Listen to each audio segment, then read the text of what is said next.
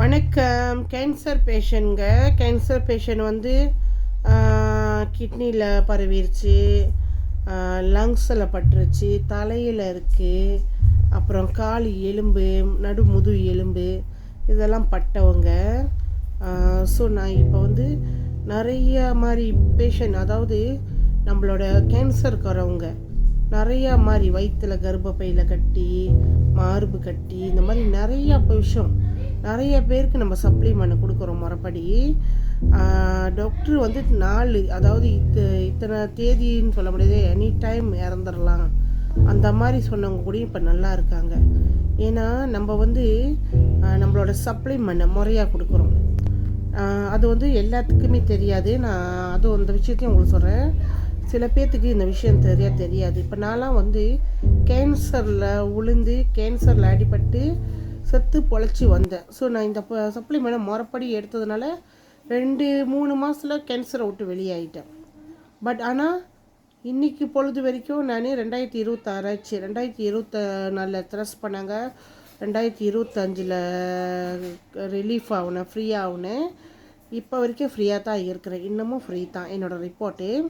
So நான் வந்து கரெக்டான முறையை சொல்லி கொடுக்கறதுனால தான் இன்னமும் அதாவது ஒன்றுமே செய்ய முடியாது, இதுக்கு மேலே கீமோ ஏற்ற முடியாது, ரேடியோ கொடுக்க முடியாது, அதாவது ஹாஸ்பிட்டலில் பெட்டில் நார்மலாக ஃபாலோ பண்ணுறாங்க.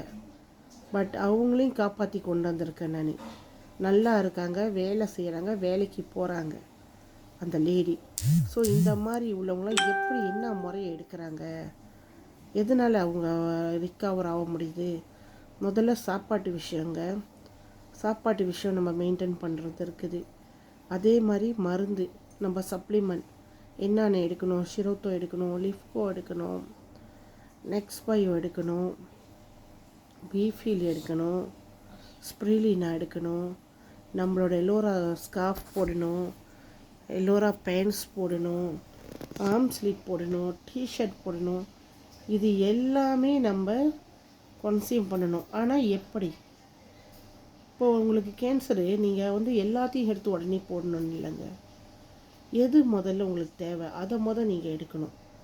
அப்புறம் ஒன்று ஒன்றா நீங்கள் சுத்தப்படுத்திக்கலாம். ஸோ இதெல்லாம் நீங்கள் விவரமாக தெரிஞ்சுக்கணும். இதை பற்றி விவரமாக தெரியணுன்னா எனக்கு புலனம் பண்ணுங்கள்.